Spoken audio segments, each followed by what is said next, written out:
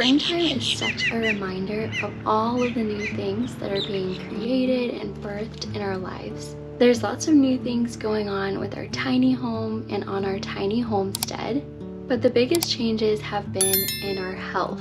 I had a pretty bad flare over the fall of 2023, and so we've been changing our entire diet and lifestyle since then. I would say we were eating pretty healthy, or so we thought, but we've been redefining what eating healthy actually means. Just because salad and seeds and beans and grains are considered healthy for most people, that doesn't mean it's gonna work for everyone, and especially someone who's dealing with Crohn's disease. We have cut gluten and dairy out of our lives, and we're finding that for the most part, after lots of research, we feel our very best when we're eating mostly a meat-based carnivore diet. We've been doing a lot of lamb, steak, and burgers lately, although we've made this diet our own because we still have a plant-based milk that I enjoy with my elemental shake every day. I find doing one liquid meal really helps with my digestion. We also incorporate blueberries, bananas, eggs, and sweet potatoes because we have found that these are really good staple foods that are safe for my body. So you can catch us with some sweet potatoes pretty much anytime we're out of the house, just in case we need a little snack. We also still allow sauerkraut and gluten-free sourdough bread in our diets because that fermented food is so good for anyone dealing with gut issues. But a high-fat, ultra-low carbohydrate carnivore diet, in my humble opinion, is the healthiest source of diet for a Crohn sufferer. Diet is the single greatest lever that we can use to affect health or illness. I came across this diet out of desperation. I agree that a carnivorous diet may in fact be the gold standard elimination diet. While we do this diet about 80% of the time, if we're out with a friend, we know are safe alternatives that are gluten-free and dairy-free so we can still go out and enjoy a restaurant. And I've also made an IBD food journal and bathroom log that I created mostly for myself, but if you know anyone who could benefit from it, I will leave the link where you can purchase it from Amazon in the description below. And it's really gonna help you identify what are your safe foods, which foods are creating inflammation in your body. It will help you to track your levels. And I'm still getting my infusion and partnering with my doctors and specialists to come up with the best treatment plan, but we've also refused some of their recommendations, and we're finding our own way out of this flare and fully back into remission by using some natural things. There's a drink that I like every day that would be my top recommendation. It's some colostrum, collagen, and AG1 greens. And getting all of my greens and probiotics, prebiotics, and fiber in this drink every morning has really helped my body.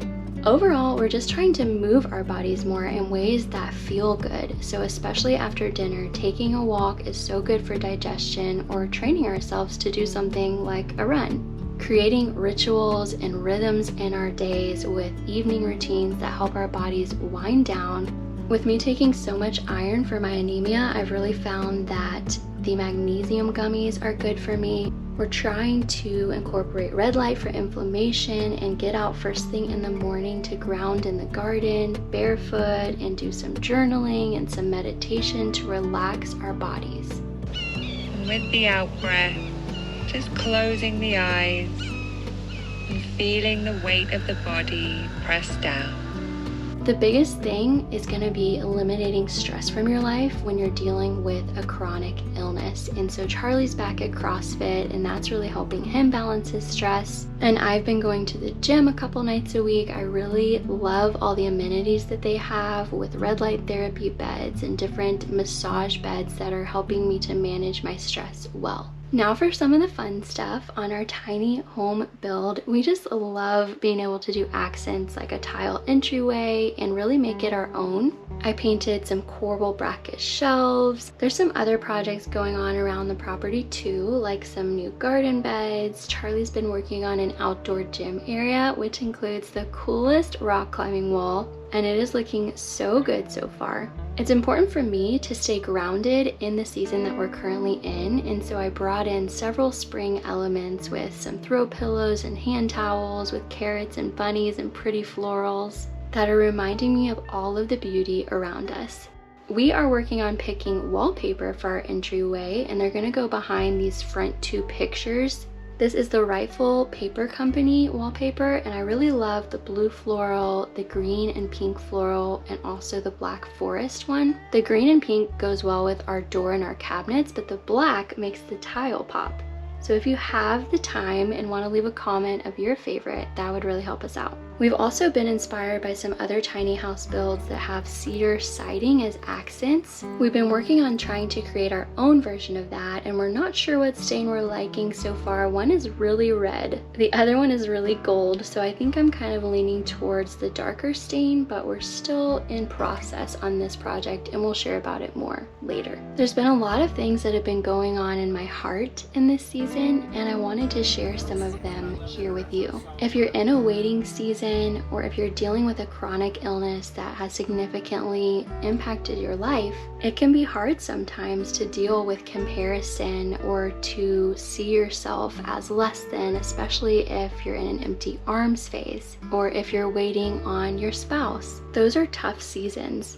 And it's so important to root yourself in community with the people that are in your life. So we've been making sure we are going out to the places like the farmer's market or the library or the parks and local events that have been going on in our city. And we're going to the people and really enjoying who God has entrusted us with in our roles as sister, aunt, friend, daughter. And we also have to let ourselves live a little bit and enjoy the things that make our hearts happy. For me this year, that was making an Easter basket for my husband and not waiting until one day when we have kids to make one, and no longer putting off learning how to roller skate. Charlie bought me my first pair of roller skates, and I'm so excited and a little scared to learn.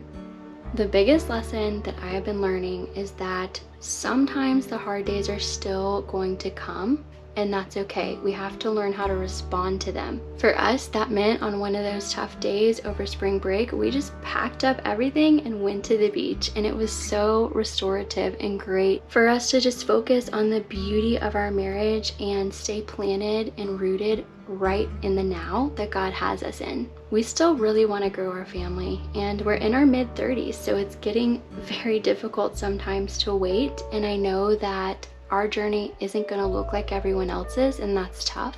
I'm learning to be in the step-by-step of the process and in the moment-by-moment of my day-to-day life, doing the things every day, developing the habits every day, and not sitting around focusing on what does the future hold and how is it all going to work out, because I truly believe that God is already working on those provisional relationships, and He's going to bring those people to us that are going to help us to bring our babies to birth. And He is going to write the most beautiful story for us and also for you, friend. I understand it can be hard when your path is different than everyone else, and sometimes you just want it to be easy, but your path is still so wonderful. We all have our struggles, and yours just looks a little bit different, and mine just looks a little bit different. But we have to keep on growing and learning, and in this season, we're really learning that process and those daily rituals are so important. We're leaning on trust and surrender to God while actively still pursuing paths, and we hope that one day we'll get to share with you what those look like, because I know it will help others. But for now, we're just learning to surrender and to do the daily things.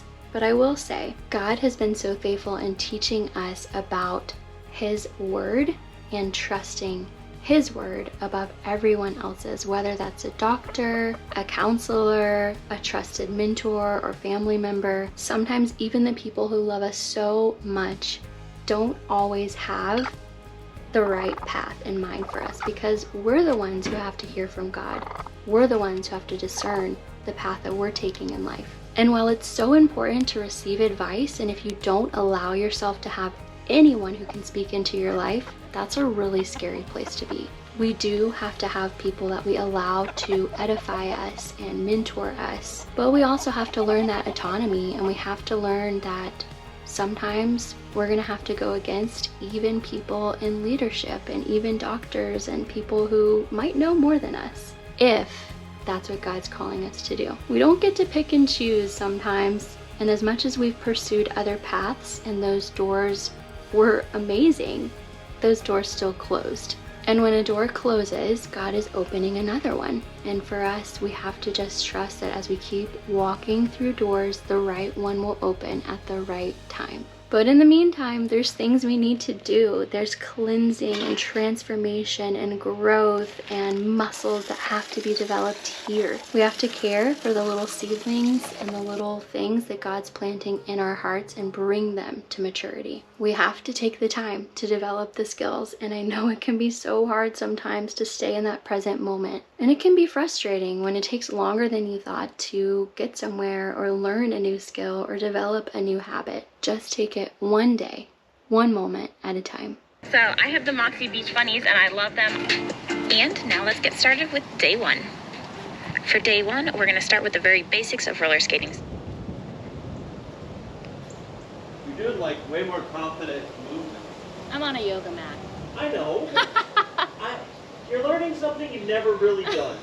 So you have to give yourself grace. Some people would be too scared to even try.